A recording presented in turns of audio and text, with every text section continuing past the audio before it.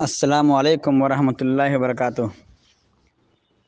ان الحمد للہ والصلاۃ والسلام علی رسول اللہ وعلی آلہ وصحبہ ومن والہ بعد۔ عزیز طالبات و سامعات، شریعت ڈپلومہ کورس میں آج کے دن ہم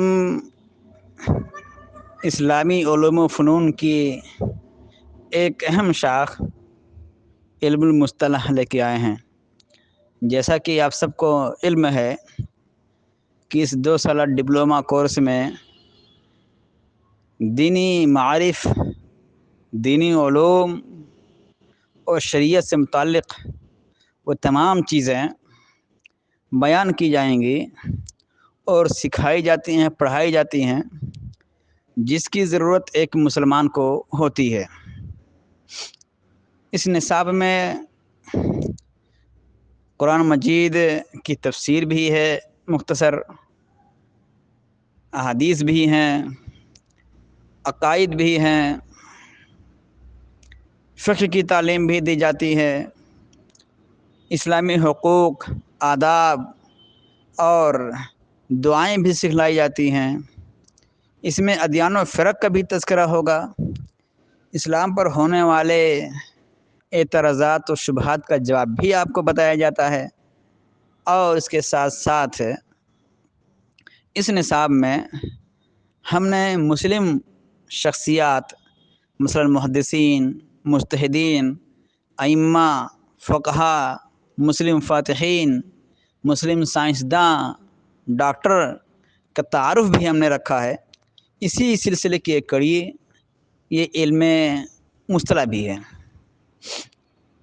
اسلامی علوم و فنون میں انشاءاللہ آپ کو علم المصطلح کی تعلیم دی جائے گی، علم رجال کی تعلیم دی جائے گی، اصول فقہ کی تعلیم دی جائے گی، اصول تفسیر کی تعلیم دی جائے گی۔ جو چیزیں جتنی اہم ہیں اسی لحاظ سے ان کو موقع دیا جاتا ہے۔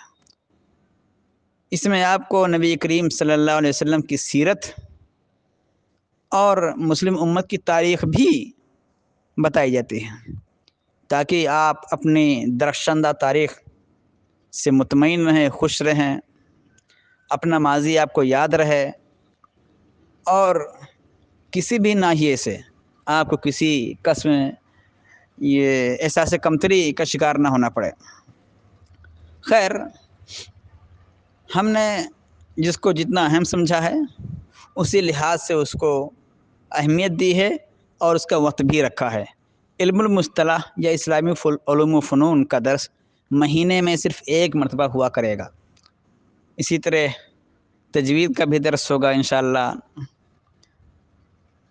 ضروری تمہید کے بعد آپ سب کو علم ہے کہ علم حدیث بحر بے کراں ہے۔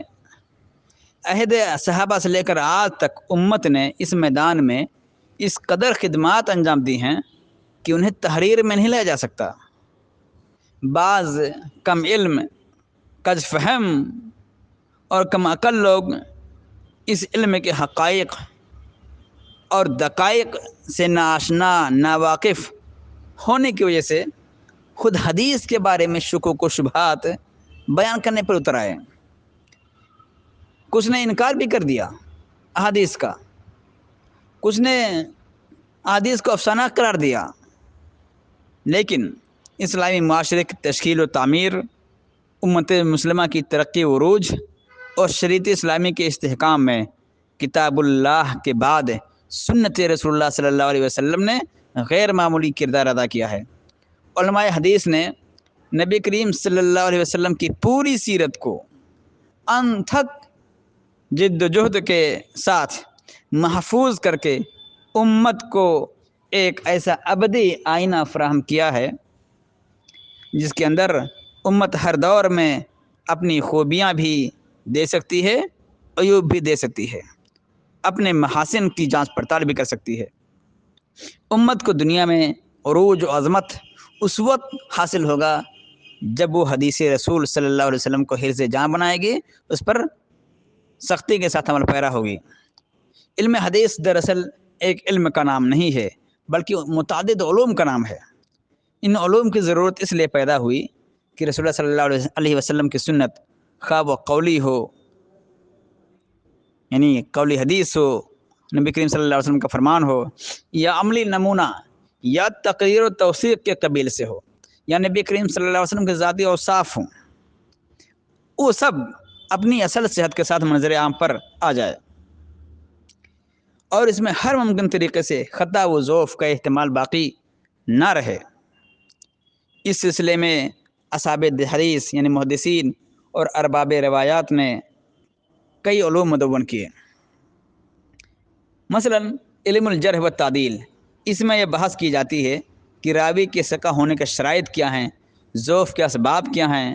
اس علم پر ابو حاتم ابن حبان بستی سے لے کر ابن حجر عسقلانی، سیوطی اور ابن الجوزی تک نے لاتعداد کتابیں لکھی ہیں۔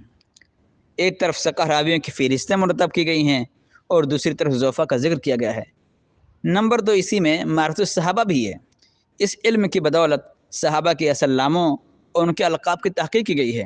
امام حاکم فرماتے ہیں جو معرفت صحابہ میں گہری بصیرت حاصل کر لے وہ حدیث کا حافظ کامل بن جاتا ہے۔ اس موضوع پر بھی ضخیم کتابیں لکھی گئی ہیں، مثلا اصول الغابہ فی معرفت الصحابہ، الاستیاب فی معرفت الاصحاب، تو اس طرح سے کئی کتابیں لکھی گئی ہیں۔ نمبر 3، اسی میں علم تاریخ الروات بھی ہے۔ اس میں راویوں کی تاریخی پیدائش، وفات، ان کے شہر بشہر سفر، ان کے دیار اور ان کے عام حالات بیان کیے جاتے ہیں۔ مثلا فلاں راوی کب پیدا ہوا، کتنی عمر نے اس نے حدیث کا سماع کیا، فلاں شہر یا بستی میں کب گیا، کس سے سنا، کس سے ملا، کس سے نہ مل سکا، تو کس سے ملا اور کس سے نہ مل سکا، اور کس سے ملا لیکن سنا نہیں اس سے۔ اس علم نے دروغ گوئی اور وضعی روایت یعنی من گھڑت روایات کا دروازہ ہمیشہ کے لیے بند کر دیا ہے۔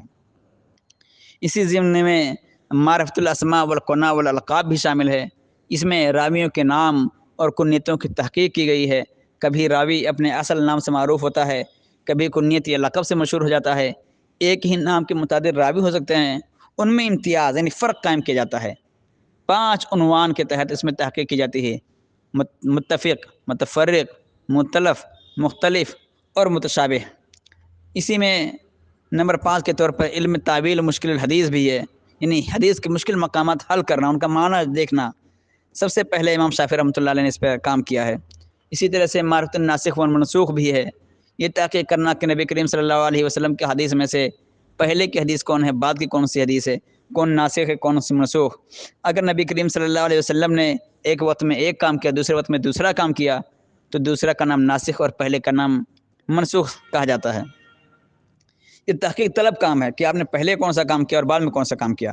ایک نہایت اہم اور نازک علم ہے یہ۔ نمبر 7 پہ معرفت و غریب الحدیث ہے، یعنی حدیث کے غامض یعنی پوشیدہ اور غیر واضح الفاظ کی نبی کریم صلی اللہ علیہ وسلم کے عہد کو سامنے رکھتے ہوئے تشریح و تعویل۔ اسی طرح نمبر 8 میں ہے معرفت و علل الحدیث، یعنی سند و روایت کے لحاظ سے حدیث رسول اللہ صلی اللہ علیہ وسلم میں ابھر آنے والی علل اور کمزوریوں کو اجاگر کیا جاتا ہے۔ اسی طرح سے نمبر 9 معرفت الموضوعات اور کشف حال الوضاعین بھی ہے، یعنی موضوع اور جھوٹی حدیث کی تحقیق اور انہیں امت کے سامنے نمایاں کرنا تاکہ ان سے بچا جائے۔ نیز جن لوگوں نے کارنامہ انجام دیا ان کا تعارف، ان کے حالات بھی بیان کر دیے جائیں تاکہ اہل علم چور اور چوری کے مال سے آگاہ ہو جائیں۔ اسی میں نمبر 10 علم مصطلح الحدیث ہے، یعنی حدیث کے اصطلاحات کا علم۔ یہ علم مشکل بھی ہے اور عمیق بھی۔ احادیث کا مطالعہ، ان سے استنباط اور استخراج اس وقت تک نہیں ہو سکتا جب تک اصطلاحات حدیث کا پورا درک نہ ہو جائے۔ خطبہ واعظین بارہا کہتے ہیں کہ حدیث حسن ہے، یہ حدیث صحیح ہے، یہ حدیث موضوع ہے، یہ منقطع ہے، اور عوام اس کو سمجھ نہیں پاتی۔ یہ سارے مباحث اسی علم مصطلح میں آئیں گے۔ تو ہم انشاءاللہ اس نصاب میں یہی علم مصطلح ہی پڑھیں گے، باقی چیزیں نہیں پڑھیں گے۔ علم مصطلح کی ضرورت کیا ہے، اس کی اہمیت کیا ہے؟ اس فن کی اہمیت و ضرورت بالکل واضح ہے، اس لیے کہ قرآن مجید کی صحیح تفسیر، اس کی وضاحت اور مفہوم بیان کرنے کی ذمہ داری اللہ رب العالمین نے رسول اللہ صلی اللہ علیہ وسلم پر ڈالی تھی۔ لتبین للناس، اللہ رب العالمین نے فرمایا کہ آپ اس کی وضاحت کریں۔